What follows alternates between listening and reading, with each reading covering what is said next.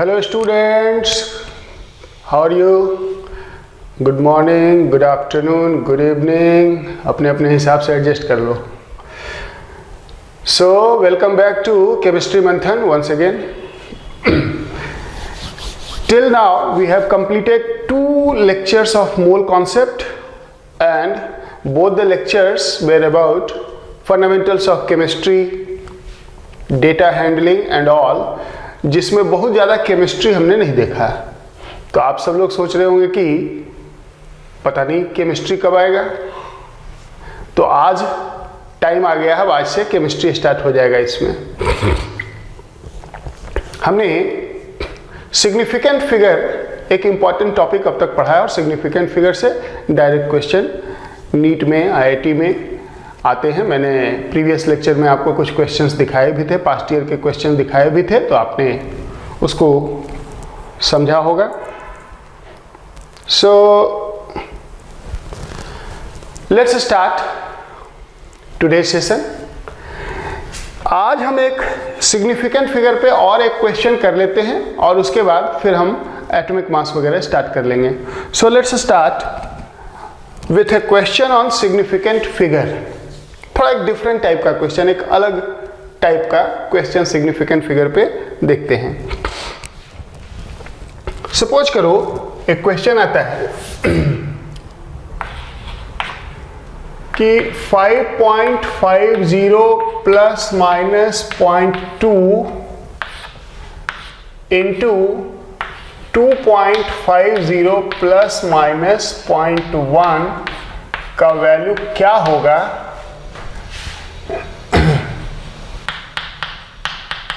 Given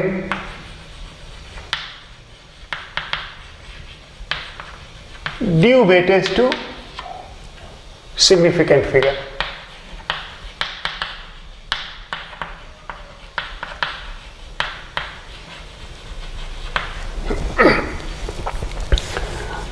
अब situation ये है कि डेटा डायरेक्ट नहीं है, डेटा थोड़ा इंफॉर्मेशन थोड़ा डिफरेंट तरीके से दिया गया है. सबसे पहले इसका मीनिंग क्या है. तो 5.50 में 0.2 की अनसर्टेनिटी है, यानी कि इस न्यूमेरिकल क्वांटिटी का वैल्यू 5.3 से लेके 5.7 के बीच में होगा. 0.2 की अनसर्टेनिटी है, यानी कि एक्चुअल वैल्यू इससे 0.2 लेस और 0.2 मोर के बीच में कहीं लाई कर रहा होगा. सिमिलरली 2.50 में 0.1 की अनसर्टेनिटी है, यानी कि इस क्वांटिटी की वैल्यू 2.4 से 2.6 के बीच में कहीं लाई कर रहा होगा. अब इसे हमें मल्टीप्लाई करना है. सबसे पहले हम नॉर्मल मल्टीप्लिकेशन करते हैं, देखते हैं क्या आता है. तो जब हम मल्टीप्लाई करेंगे फर्स्ट टर्म को फर्स्ट टर्म से, तो ये आ जाएगा 5.50 इंटू 2.50 प्लस माइनस, जब इसे हम इससे मल्टीप्लाई करेंगे तो प्लस माइनस आएगा.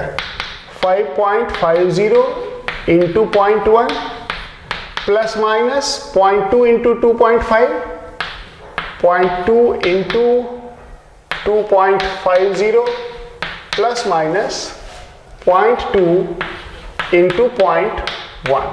सबसे पहले देखो ये टर्म इग्नोर हो जाएगा, क्योंकि ये दो अनसर्टेनिटी का प्रोडक्ट है. तो दो अनसर्टेनिटी का प्रोडक्ट और ज्यादा अनसर्टेन हो जाएगा और इसलिए हम उसे सबसे पहले ड्रॉप कर देंगे. That is one thing. अब मल्टीप्लिकेशन जब करेंगे तो सिग्निफिकेंट फिगर का लॉ अप्लाई करेंगे. देखो फर्स्ट मल्टीप्लिकेशन के बाद जो प्रोडक्ट आएगा that should have 3 significant figure only, 3 significant figure. तो 3 सिग्निफिकेंट फिगर जब इसे मल्टीप्लाई करेंगे तो ये आता है 13.75. नॉर्मल मल्टीप्लिकेशन अभी पहले कर रहे हैं, उसके बाद अप्लाई करेंगे सिग्निफिकेंट फिगर का कॉन्सेप्ट. प्लस माइनस 5.50 इंटू 0.1, ये 0.550 हो जाएगा, और प्लस माइनस 0.2 इंटू 2.5, ये 0.5 500 हो जाएगा, इसको तो इग्नोर ही कर दिया। This has only one significant figure, so if we round off to one significant figure to this quantity, it will become only 0.5. This should also have only one significant figure, क्योंकि the quantity containing least number of significant figure determine the number of significant figure in the result. So it has only one significant figure, so there will be only one significant figure in the product. अब इसको जब round of करेंगे one significant figure में, ये तो हो गया 0.5. When we round off this to one significant figure, we'll have to drop this quantity which is 5. तो उसके प्रेसीडिंग नंबर देखेंगे, ऑड है, उसमें 1 ऐड हो जाएगा, तो ये हो जाएगा 0.6. और इसे जब हम राउंड ऑफ करेंगे 3 सिग्निफिकेंट फिगर में, तो ये 5 ड्रॉप होगा और उसके पहले का नंबर ऑड है, उसमें 1 ऐड हो जाएगा, तो it will B 13.8. So 13.8 plus minus 0.6 plus minus 0.5. अब देखो इन दोनों को अगर हम ऐड करेंगे, ये दोनों अनसर्टेनिटी है, जब इनको हम ऐड करेंगे तो ये हो जाएगा, इसका एडिशन हो जाएगा 1.1. And when we round off to one significant figure, this 1 will cancel. So what will be left? 13.8 plus minus 1. यही इसका फाइनल आंसर होगा according to rules of significant figure. तो इस तरह से हम सिग्निफिकेंट फिगर का मैनिपुलेशन करते हैं. तो आई थॉट कि एक वो क्वेश्चन भी कर लेना चाहिए जिसमें कि हमें न्यूमेरिकल इंफॉर्मेशन अनसर्टेनिटी के साथ दिया गया हो. ठीक है ना? सो लेट्स प्रोसीड फर्दर, आगे बढ़ते हैं. तो ये था सिग्निफिकेंट फिगर डेटा हैंडलिंग. अब हम आगे बढ़ें उसके पहले एक छोटा सा 2 मिनट का कॉन्सेप्ट और देखेंगे, जो कि बिल्कुल ही एलिमेंट्री है, बच्चों वाला कॉन्सेप्ट है, सभी लोग जानते होंगे, बट फिर भी कुछ लोग नहीं भी जानते हैं, तो थोड़ा सा हम उसे देख लें. That is called valency formula relationship, कि वैलेंसी से फॉर्मूला हम कैसे लिखें.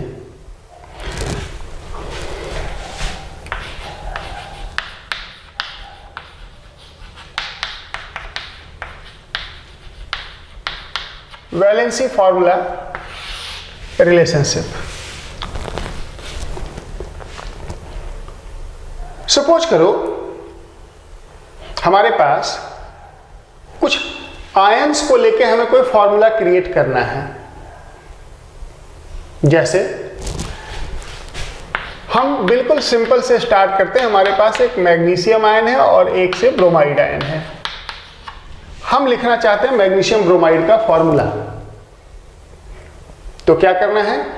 क्रॉस मल्टीप्लीकेशन ऑफ वैलेंसी करना है फॉर द पर्पस ऑफ इलेक्ट्रोन्यूट्रलिटी, ताकि नेट चार्ज 0 हो जाए. तो उसके लिए क्रॉस मल्टीप्लीकेशन, यानी कि यहां से 1 और यहां से 2, ये 2 इधर आ जाएगा और 1 इधर आ जाएगा. फॉर्मूला क्या हो जाएगा? MgBr2. तो अगर कोई आपसे कहे कि बेरियम फॉस्फेट का फॉर्मूला लिखो, बेरियम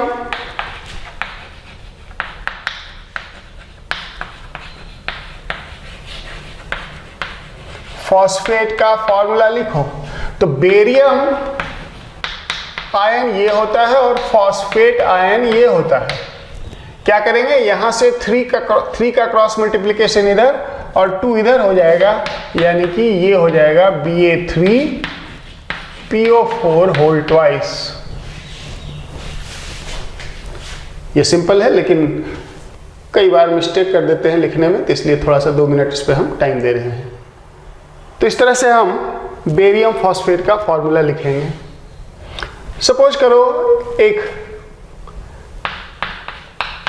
मैग्नीशियम आयन है, एल्यूमिनियम है और सिलिकेट है.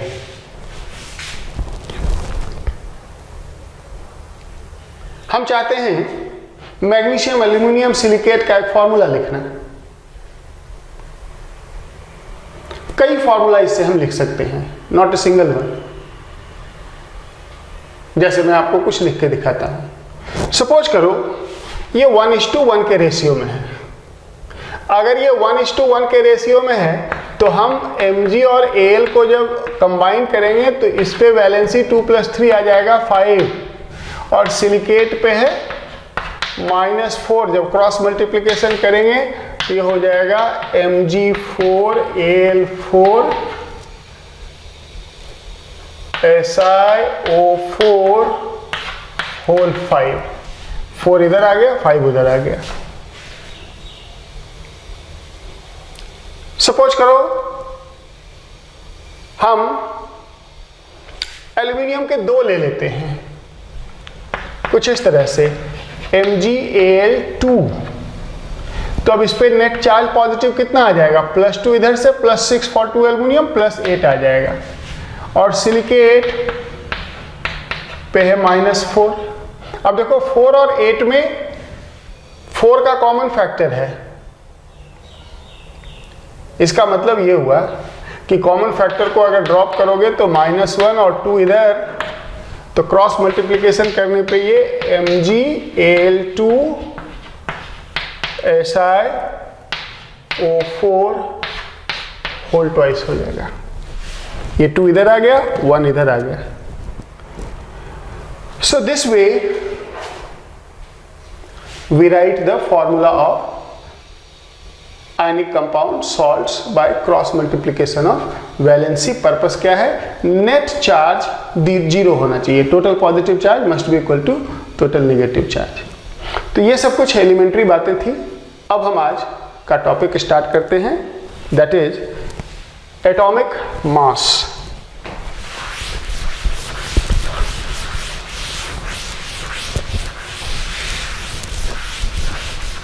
तो शुरू करते हैं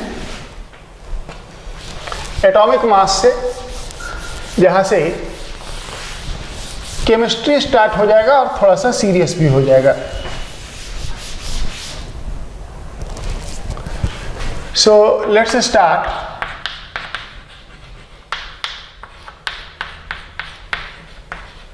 एटॉमिक मास जिसे हम कैपिटल A से यूजुअली डिनोट करते हैं। Atomic mass it's a very important concept, और जब भी हम फर्स्ट टाइम क्लास में एटॉमिक मास की बात करते हैं तो एटॉमिक मास के बारे में बच्चे पहले से सुने होते हैं, लेकिन मोस्ट ऑफ द स्टूडेंट से जो आंसर मिलता है वो सही नहीं होता है। When I asked to the student in the class कि एटॉमिक मास क्या होता है, तो कोई कहेगा कि it is number of neutrons plus protons, कोई कहेगा mass of neutrons plus protons, कोई कहेगा मास ऑफ एन एटम, कोई कहेगा mass of electron proton neutron. इनमें से कोई भी सही नहीं है। सही तो छोड़ो, दूर दूर तक एटॉमिक मास से इनका कोई रिलेशन ही नहीं है। एटॉमिक मास एब्सोल्यूट सेंस में मास है ही नहीं। It is not at all a mass. थोड़ा सा इसका कॉन्सेप्ट को हम ग्रैस्प करते हैं। सबसे पहले एटॉमिक मास एक रिलेटिव मास है। ये एक रिलेटिव मास है, it's not absolute mass. A relative mass. Then the point is, what is relative mass? Relative mass with respect to some standard mass. इसका मतलब ये हुआ कि दुनिया में किसी एक मास को फिक्स कर दिया गया स्टैंडर्ड, और बाकी सभी एलिमेंट के एक एटम का मास उस स्टैंडर्ड मास के मल्टीपल में बताया जाएगा। जैसे सपोज करो एक एग्जांपल से हम इसको समझते हैं, बड़ा सिंपल सा एग्जांपल से। मान लो ये चौक है, इस चौक का मास सपोज करो 5 ग्राम है। इस चौक का मास 5 ग्राम है और ये मोबाइल है, इसका मास 200 ग्राम है मान लो। चौक का मास 5 ग्राम, मोबाइल का मास 200 ग्राम। तो चौक से कितना गुना भारी हुआ? 40 टाइम्स, 40 टाइम्स। 40 into 5 is 200। चौक का मास 5 ग्राम, मोबाइल का मास 200 ग्राम। तो कहेंगे मोबाइल का एटॉमिक मास 40 है, 40 है, मतलब मोबाइल इस चौक से 40 गुना भारी है। लेकिन 40 जो है वो इसका एटॉमिक मास है, वो मास तो नहीं है ना। उस 40 को जब इस 5 से मल्टीप्लाई करेंगे तब इसका मास आएगा। समझ में आया? मान लो किसी एलिमेंट का एक एटम यही मोबाइल है, तो इसका एटॉमिक मास एक नंबर होगा जो बताएगा कि ये एटम इस चौक से इतना गुना भारी है। Atomic mass is relative mass of an atom of a given element with respect to a standard mass. Atomic mass tells us that an atom, one atom of that element is this much times heavier than that standard mass. Crystal clear. So atomic mass is relative heaviness of one atom of an element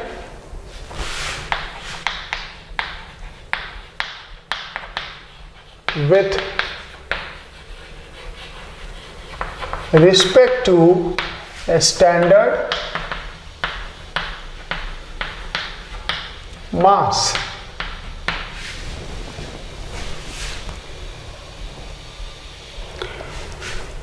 Then the point is,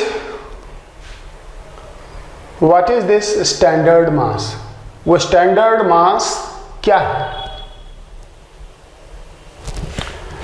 What is this standard mass?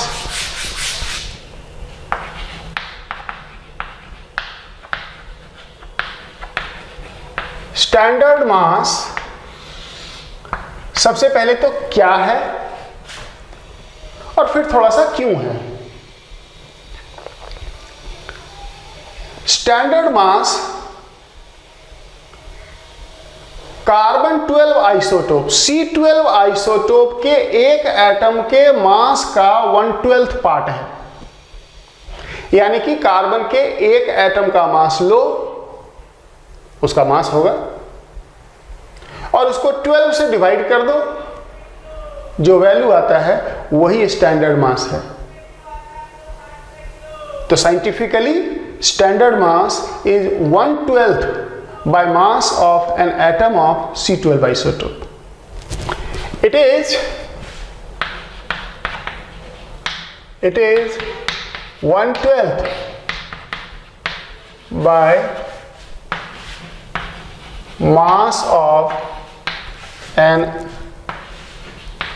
atom of C12 isotope.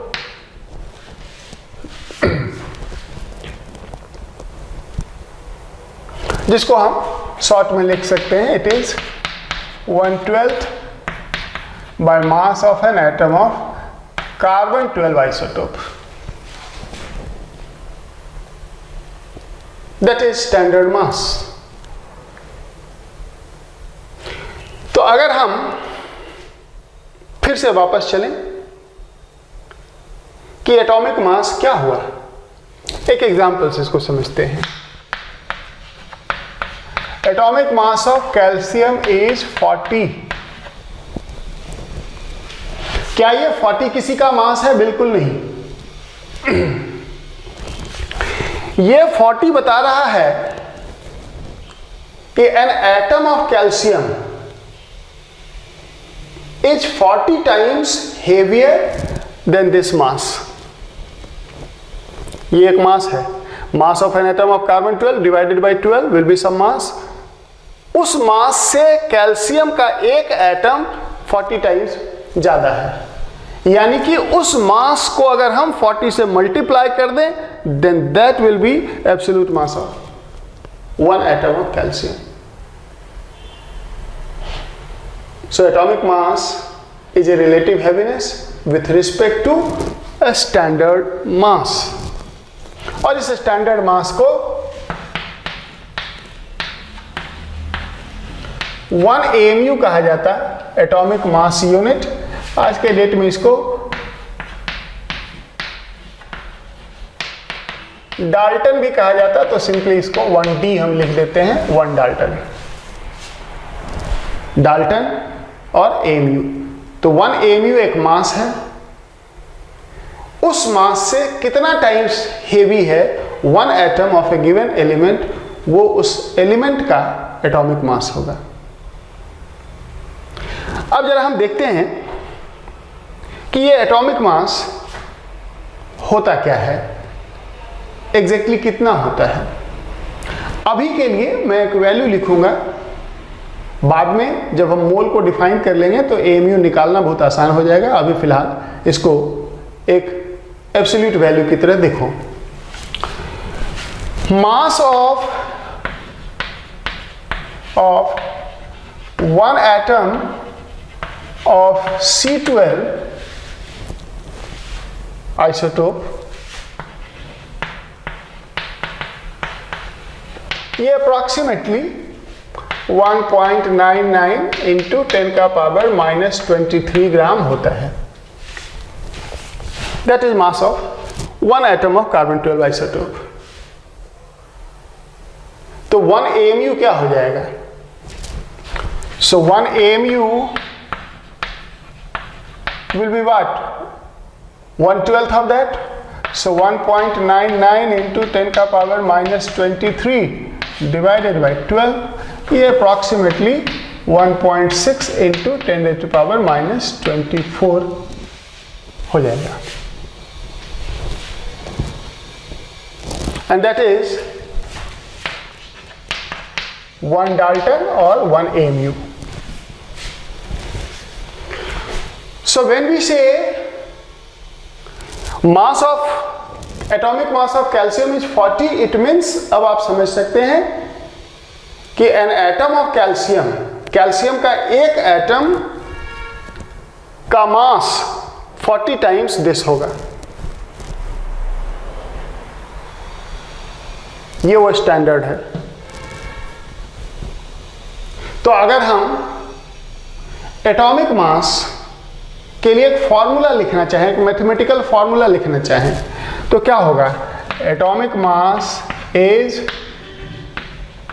Mass of 1 atom of an element divided by 1/12 by mass of C12 atom which is AMU.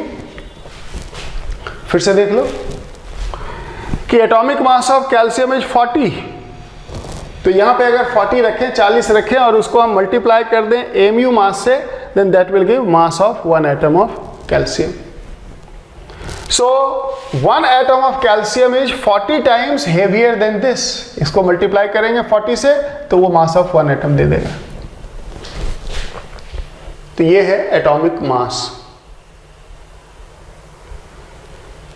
तो इससे और information क्या मिल रहा है कि atomic mass सबसे पहले तो एब्सोल्यूट मास नहीं है, ये रेशियो ऑफ मास है, and therefore atomic mass has no unit, it is the ratio of two mass.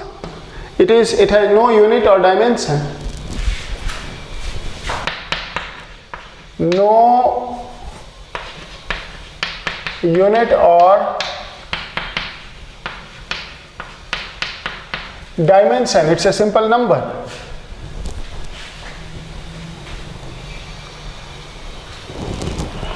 and atomic mass scale पे डिपेंड करेगा.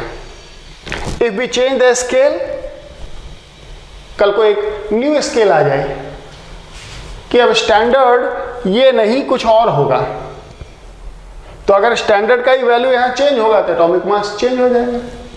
तो एटॉमिक मास परमानेंट नहीं है. That depends on how the scale is defined, how the standard is defined.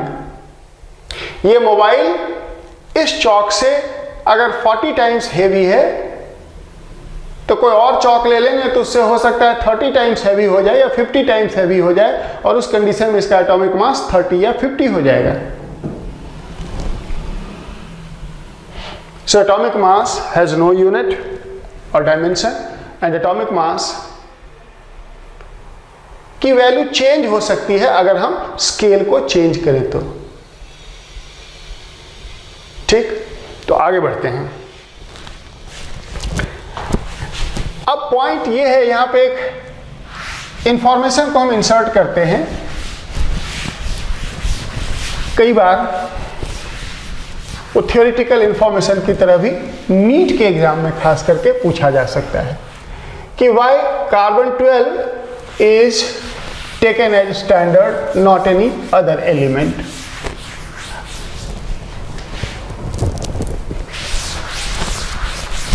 Why carbon 12, not any other element?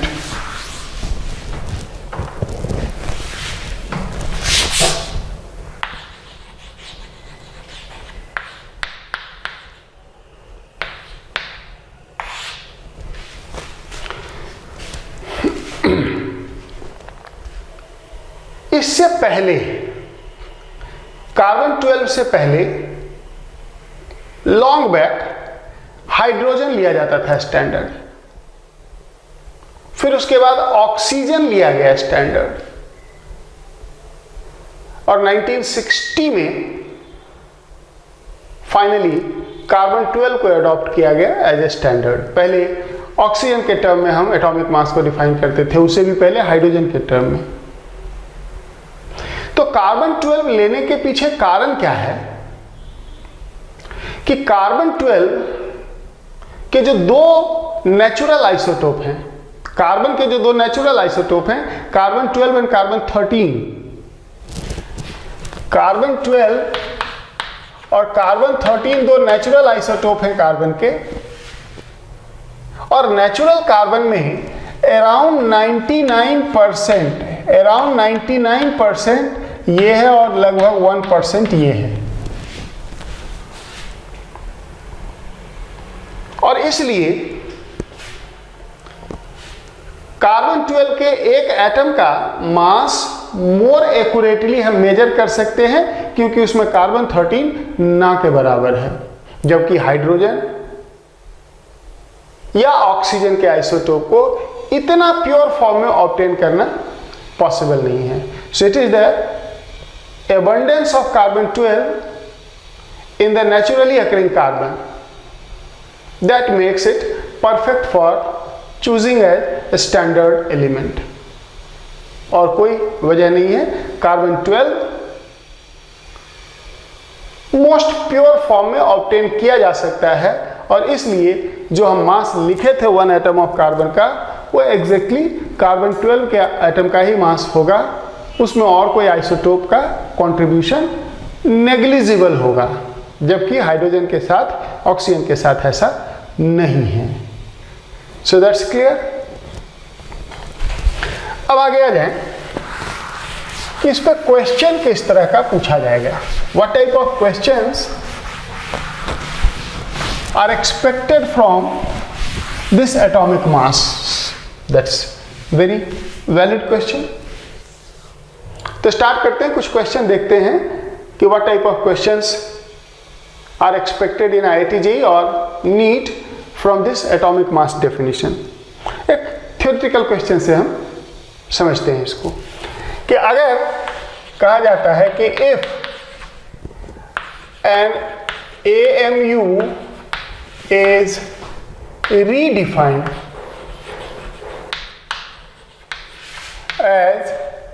1/12 by mass of C14. Be careful, it's not C12 now, C14 isotope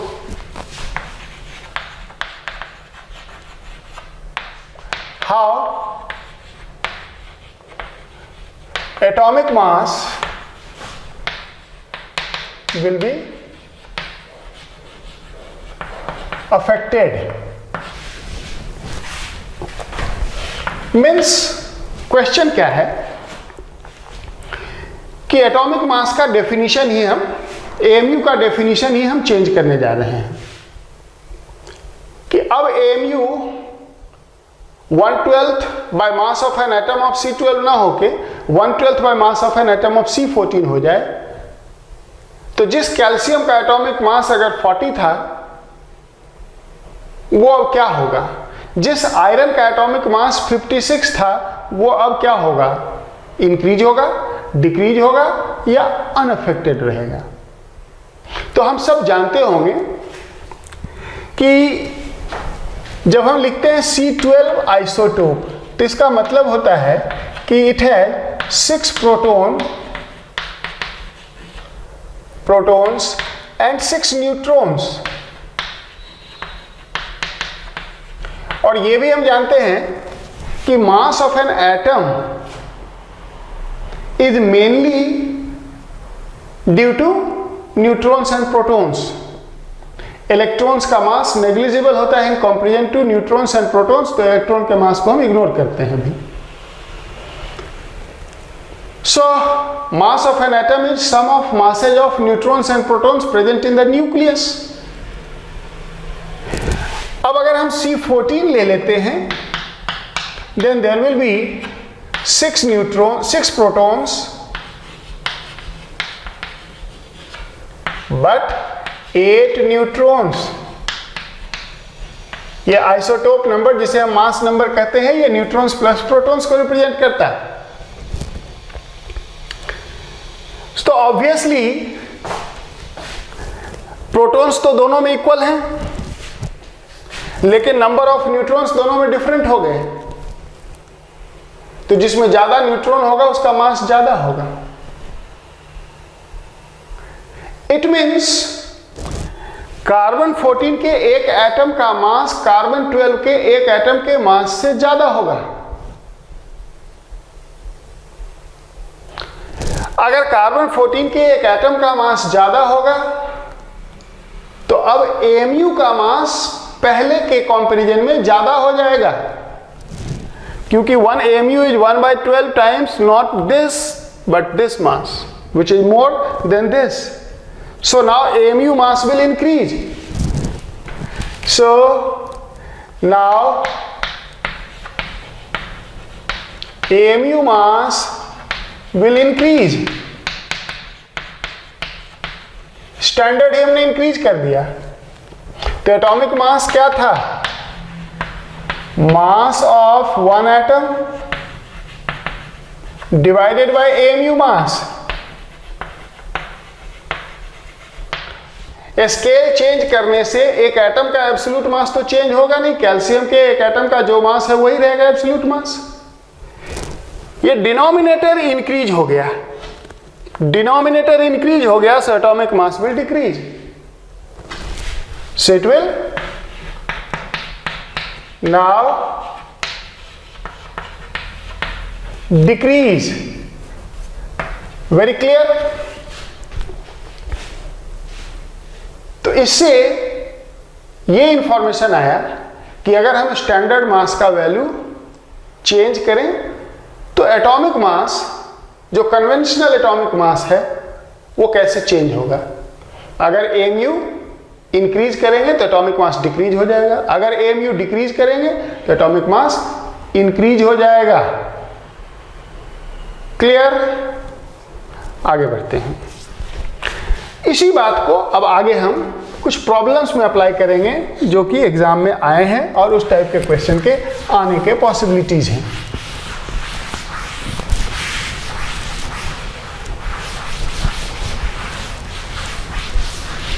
suppose करो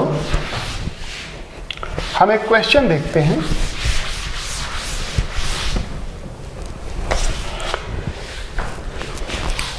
question है atomic mass of calcium is 40 AMU. If an AMU is redefined as 1 by 9 times 1/9 by mass of an atom of C12,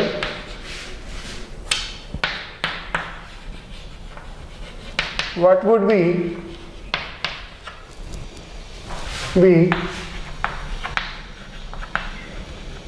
atomic mass of calcium on this new scale? Question clear है? हमने AMU का definition ही change कर दिया। अब AMU क्या है? 1/12 नहीं, 1/9 times mass of an atom of carbon 12 isotope. Scale change करने से कैल्शियम के एक एटम का एब्सोल्यूट मास चेंज नहीं होगा, एटॉमिक मास चेंज होगा। तो एटॉमिक मास किस तरह से डिफाइंड है? Atomic mass is mass of an atom which is fixed for an element divided by AMU mass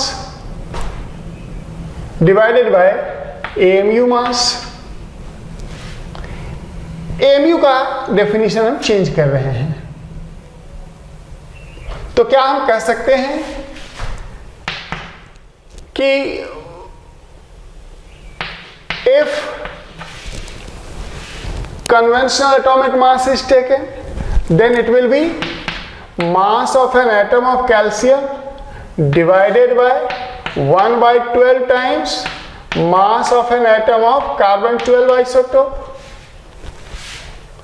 Now change the definition. On new definition, अगर atomic mass को हम A ले लें, then it will be mass of an atom of calcium divided by 1/9 times mass of an atom of carbon 12. ये देखो, definition change होने से केवल ये वाला फैक्टर चेंज होगा, ना तो कैल्शियम के एक एटम का मास चेंज होगा और ना ही कार्बन के एक एटम का मास चेंज होगा, वो सब एब्सोल्यूट मास है। रेशियो ले लेते हैं दोनों का। A/40, 2 को 1 से डिवाइड कर दो। अगर 2 को 1 से डिवाइड करें तो क्या होगा? ये सभी टर्म कैंसिल हो जाएंगे। दिस डिवाइडेड बाय दिस, देखो ये बेसिकली क्या है? ये है 12 इंटू दिस फैक्टर, ये है 9, ये 1/9 है, 9 ऊपर चला जाएगा, तो ये हो जाएगा बेसिकली 9/12। ये 12 न्यूमरेटर में आ जाएगा इसका, ये 9 न्यूमरेटर में आ जाएगा, बाकी कोएफिशिएंट कैंसिल हो जाएगा।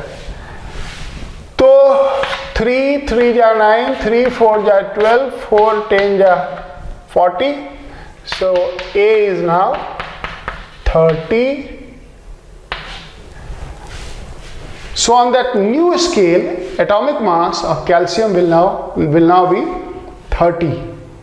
मीन्स अब हम कह सकते हैं कि इस AMU से, किस AMU से? इस AMU से कैल्शियम का एक एटम 30 टाइम्स भारी है। Understood everyone?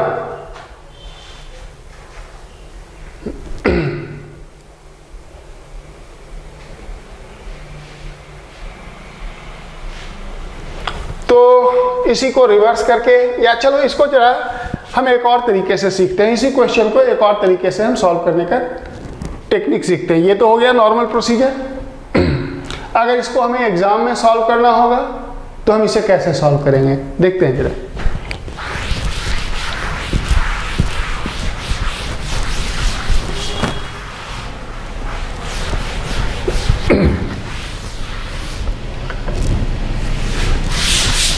एक अल्टरनेट सॉल्यूशन मैं आपको देने जा रहा हूं इसका। Atomic mass of calcium is 40 AMU, means it is 40 times 1/12 mass of an atom of carbon 12 isotope।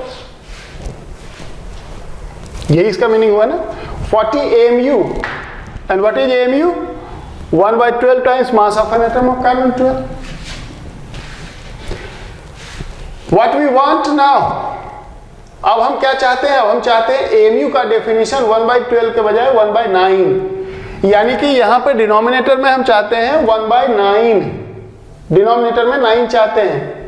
क्या करो, आप इसको 1 सेकंड के लिए 9 से मल्टीप्लाई डिवाइड कर दो, इस 9 को अंदर ले लो, 12 को बाहर कर लो, क्या होगा?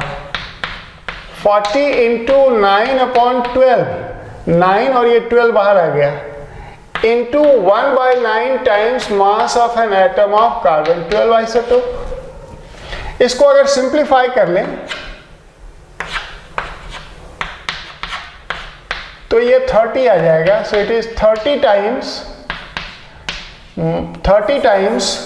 1/9 मास of an atom of carbon 12 isotope. And now this is new AMU.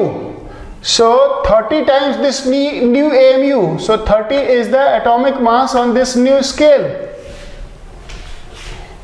AMU के कोएफिशिएंट में जो आएगा वही होगा एटॉमिक मास। तो इस तरह से हम इसको थोड़ा शॉर्ट हैंड में सॉल्व कर सकते हैं। समझ गए बच्चे लोग? तो एटॉमिक मास तो सभी जानते हैं, लेकिन एटॉमिक मास इस तरह से बहुत कम लोग जानते हैं। आपको इस तरह से एटॉमिक मास को सीखना है, समझना है, तब आप एटॉमिक मास से रिलेटेड क्वेश्चन को आंसर कर सकेंगे कॉम्पिटिटिव एग्जाम में। कुछ और देखते हैं एटॉमिक मास पे, थोड़ा और आगे बढ़ते हैं। Let us take 1 or 2 more questions on atomic mass.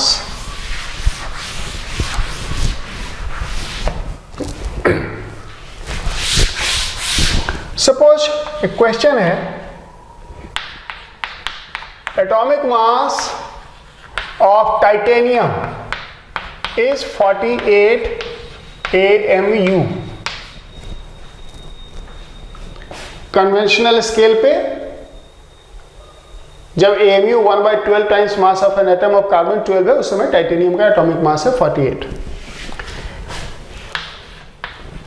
On a new scale, on a new scale of AMU,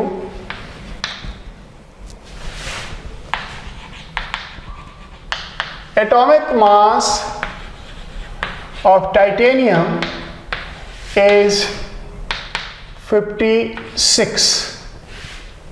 Question is, how the AMU is defined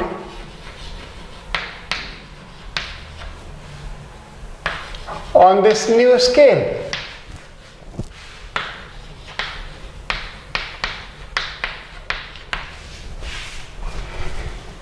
कि अगर किसी न्यू स्केल पे AMU का डेफिनेशन ही बदल दें, तो उस न्यू स्केल पे अगर टाइटेनियम का एटॉमिक मास 56 हो जाता है, तो AMU कैसे डिफाइन हुआ? AMU क्या अब 1/20 है, या 1/10 है, 1/8 है, 1/24 times mass of an atom of carbon 12 isotope है? ये है क्वेश्चन। देखते हैं इसको कैसे करना है। Atomic mass of titanium is 48। अब इसको देखो, अल्टरनेटिव मेथड जो सेकेंड मेथड मैंने बताया था उधर से ही सॉल्व करते हैं। Atomic mass of titanium is 48 AMU, where AMU is 1/12 times mass of an atom of carbon 12 isotope. So it is 48 into 1/12 by mass of an atom of carbon 12 isotope. हम क्या चाहते हैं? हम चाहते हैं यहाँ 48 के जगह 56, न्यू एटॉमिक मास हम चाहते हैं 56. तो अब क्या करो, इसे 56 से मल्टीप्लाई डिवाइड कर दो और एक 56 को बाहर रख लो और ये 48/56 को ब्रैकेट के अंदर ले जाओ. So it is 56 into 48/56 into 1/12 times mass of an atom of carbon 12 isotope. क्या किया हमने? 56 से मल्टीप्लाई डिवाइड कर दिया. सेम क्वांटिटी से मल्टीप्लाई डिवाइड करने पे वैल्यू चेंज नहीं होता. और एक 56 को बाहर ले लिया. आप समझ रहे होंगे किस लिए लिया? क्योंकि हमें 56 लाना है बाहर में. एटॉमिक मास चाहिए 56. तो देखते हैं उस पर एटॉमिक AMU कैसे डिफाइन होता है.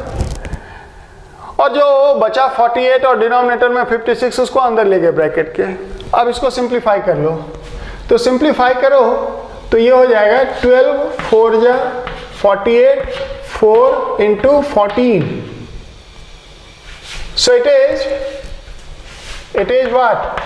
56 into 1/14 times mass of an atom of carbon 12 isotope. And this is now AMU on which atomic mass is 56. So how this AMU is defined now? 1/14th by mass of an atom of carbon 12 isotope. So AMU is what? 1/14th by mass of an atom of C12 isotope.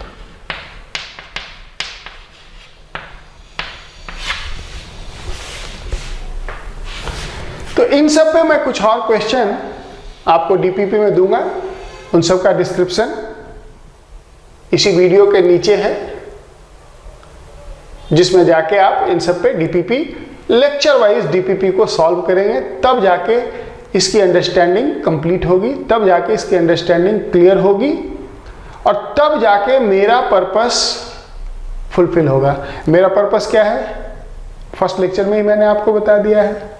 मेरा purpose है कि IIT और NEET के preparation करने वाले सभी student के पास, India के सभी स्टूडेंट के पास, चाहे वो किसी इकोनॉमिक क्लास का स्टूडेंट हो, उसके पास हाईएस्ट स्टैंडर्ड की केमिस्ट्री फ्री ऑफ कॉस्ट पहुंचाना. ये मेरा प्रॉमिस है, मैं पहुंचाऊंगा आपके पास. लेकिन आपका एफर्ट इसको सक्सेसफुल बनाएगा कि आप इसे कितने एफर्ट से, कितने इंटरेस्ट से सिंक्रोनाइज होकर कर रहे हैं. आगे बढ़ते हैं.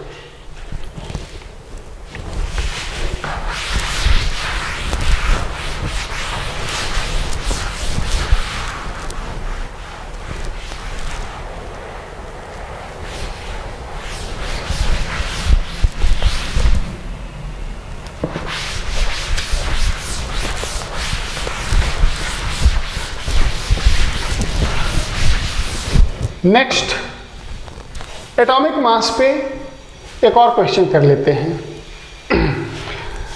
क्वेश्चन है कि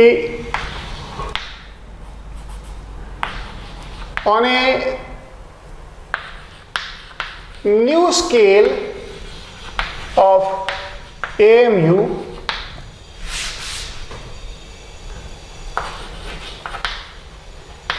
atomic mass of magnesium is say 30.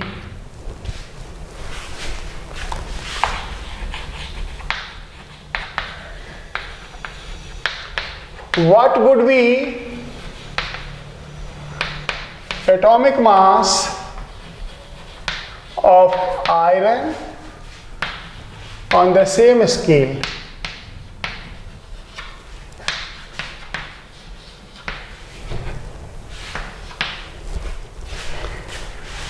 atomic mass of magnesium is 24, iron is 56 on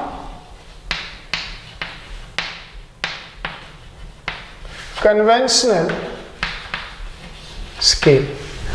conventional scale वो हुआ जिसमें हम AMU 1/12 by mass of an atom of carbon 12 कहते हैं, that is conventional scale.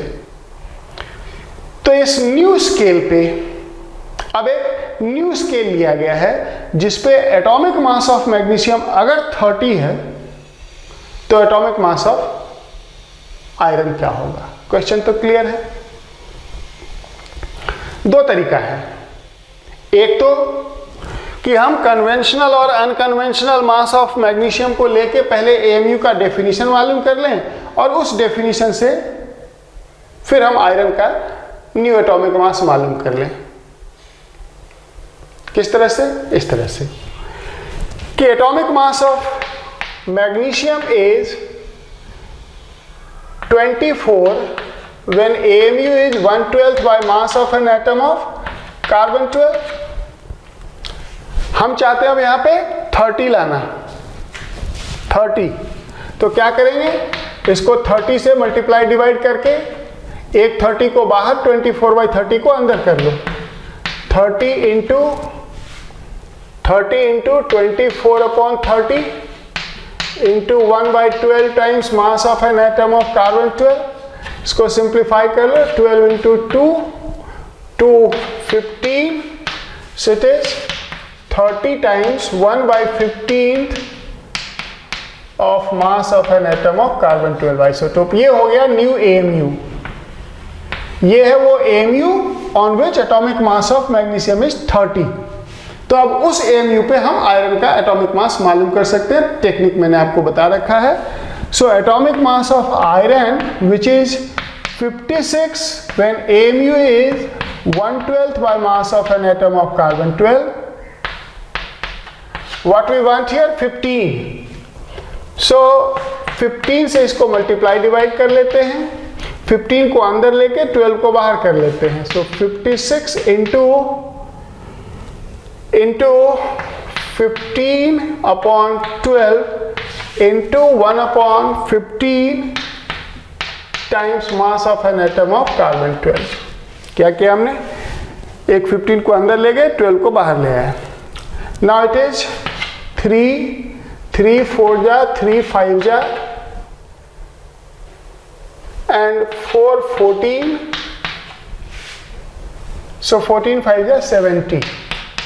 It is 70 times mass of 70 times 1/15 by mass of an atom of carbon 12 isotope। ये तो answer हो गया 70। लेकिन इससे थोड़ा टाइम लग गया। अब इसको जरा अल्टरनेटिव वे में देख लो। मान लो let new AMU is x gram. New AMU new standard जो है उसका मास x ग्राम है। तो atomic mass of magnesium new AMU पे दिया है 30। ये होगा क्या, mass of one atom of magnesium, mass of one atom of magnesium क्या हो जाएगा 24 into AMU mass upon x। Atomic mass is mass of one atom, तो mass of one atom of magnesium क्या हो जाएगा, उसका conventional atomic mass plus conventional AMU मास जो कि 1/12 times mass of an atom of carbon 12 है। यानी 24 को AMU से मल्टीप्लाई कर दिया तो एक एटम का मास आ गया और उसको न्यू AMU मास से डिवाइड कर देंगे तो अब न्यू एटॉमिक मास आ जाएगा। इसी तरह से एटॉमिक मास ऑफ आयरन क्या लिखेंगे जो अननोन है, ये हो जाएगा 56 AMU डिवाइडेड बाय x, यानी कि mass of one atom of iron divided by new AMU मास। और यहां से हम सीधा डिवाइड कर सकते हैं सेकेंड को फर्स्ट से, a/30 will be equal to what, AMU mass cancel हो जाएगा, x कैंसिल हो जाएगा, so it will be 56 upon 56/24, 8 के मल्टीपल में 8 3 जा 8 7 जा 3 into 10, so atomic mass will be 10 into 7, 70 on this new scale on which AMU is x gram. तो इस तरह से हम कंपैरिजन कर सकते हैं कि अगर स्केल ही चेंज कर दिया और उस न्यू स्केल पे किसी का एटॉमिक मास दिया है तो उसी स्केल पे दूसरे का एटॉमिक मास मालूम करना है, तो ये सिंपल टेक्निक हम अप्लाई कर सकते हैं। तो एटॉमिक मास समझा आपने, एटॉमिक मास एक रिलेटिव मास है, इट्स नॉट एन एब्सोल्यूट मास। और एटॉमिक मास को हम इस तरह से मैनिपुलेट करते हैं। अब आ जाओ नेक्स्ट टर्म जो इसी से रिलेट होता है, that is called molecular mass. Molecular mass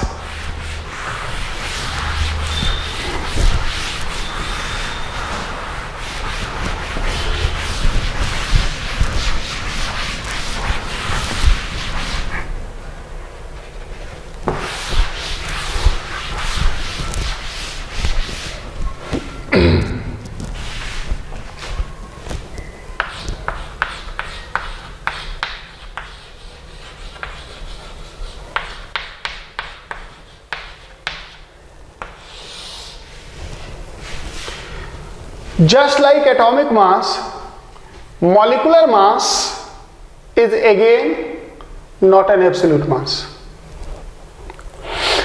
atomic mass के जैसा ही मॉलिक्यूलर मास भी किसी कंपाउंड के एक मॉलिक्यूल का रिलेटिव हैवीनेस बताएगा कि उस कंपाउंड के एक मॉलिक्यूल सेम स्टैंडर्ड से कितना टाइम्स हेवी है। वही स्टैंडर्ड है 1/12 times mass of an atom of carbon 12 isotope. It is a relative heaviness. It is the relative heaviness of one molecule. Relative heaviness of one molecule of a compound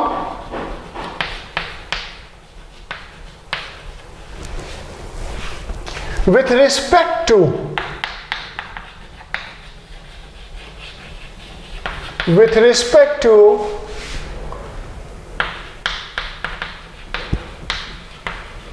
standard AMU mass। जैसे if we say molecular mass of water is 18 AMU,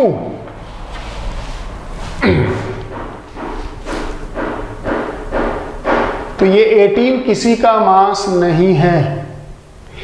ये 18 सिर्फ और सिर्फ ये बता रहा है कि वाटर का एक molecule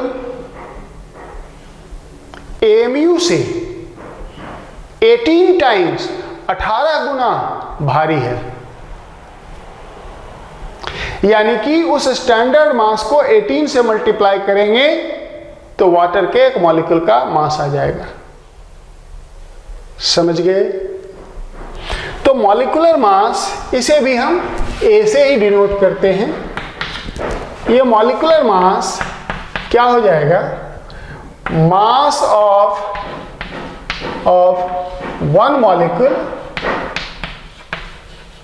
molecule divided by 1/12 mass of an atom of C12। तो उसी तरह के क्वेश्चन इसमें भी पूछे जाएंगे, एक आध करके देखते हैं। सपोज करो, तो फिर से मॉलिक्यूलर मास का कोई यूनिट नहीं होगा, ये एक डायमेंशनलेस क्वांटिटी होगा और ये स्केल डिपेंडेंट होगा। अगर हम स्केल चेंज करेंगे तो मॉलिक्यूलर मास भी चेंज हो जाएगा। तो अगर हम इस पे सिमिलर टाइप ऑफ क्वेश्चंस एक दो करना चाहें तो देख सकते हैं, बट क्वेश्चन में कोई वेरिएशन नहीं है क्योंकि क्वांटिटी वही है। और क्या है, molecular mass is sum of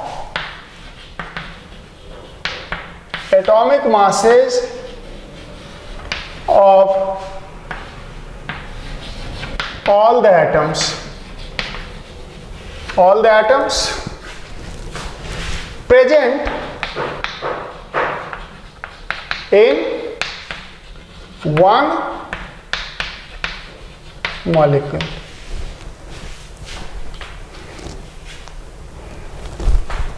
So atomic mass is sum of atomic masses of all the atoms present in one molecule. अब जरा इसको जरा पहले वर्किंग कर लो एक दो, हालांकि बड़ा सिंपल है, ये सब आप स्कूल के डेज में करते हो, मॉलिक्यूलर मास वगैरह। इंपॉर्टेंट मेरे लिए यहाँ पे सिर्फ बताना कि ये मास नहीं है, ये रिलेटिव मास है। कि अगर आपसे कोई पूछे कि ग्लूकोज का मॉलिक्यूलर मास क्या होगा, तो कार्बन का 12 होता है तो 6 × 12 प्लस हाइड्रोजन का 12 तो 12 प्लस 6 × 16 ऑक्सीजन का, ये आ जाएगा 180 AMU। और अगर आपसे कोई पूछे कि सल्फ्यूरिक एसिड का मॉलिक्यूलर मास क्या होगा, तो हाइड्रोजन का 1 होता है तो 2 हाइड्रोजन 2, सल्फर 32 और ऑक्सीजन 16 × 4, ये 98 AMU हो जाएगा।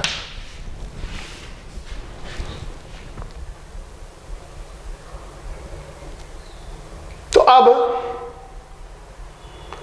जरा इसे हम एक आध क्वेश्चन में अप्लाई करके देखते हैं। कि सपोज करो क्वेश्चन आया कि if on a new scale of AMU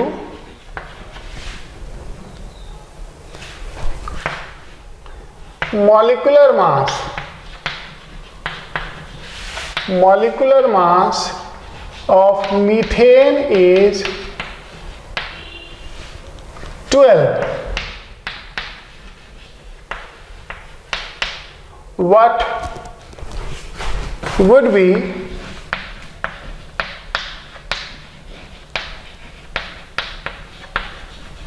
molecular mass of, से ग्लूकोज ही ले लेते हैं, on this new scale?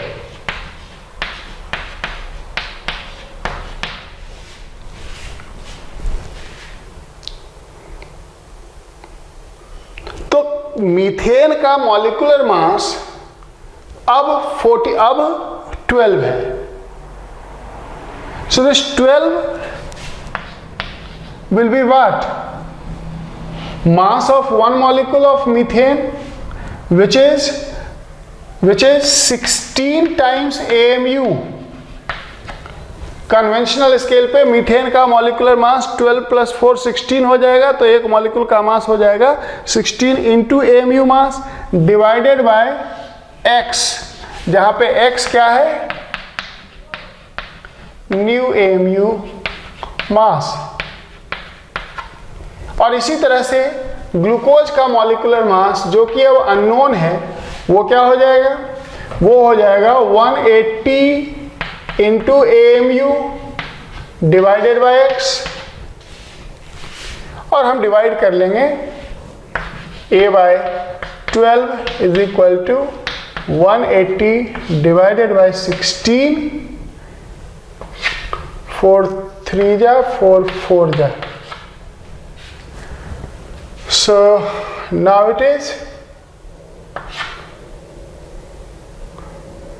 4 4 ja 16 to 18 45 into 3. So A is 135.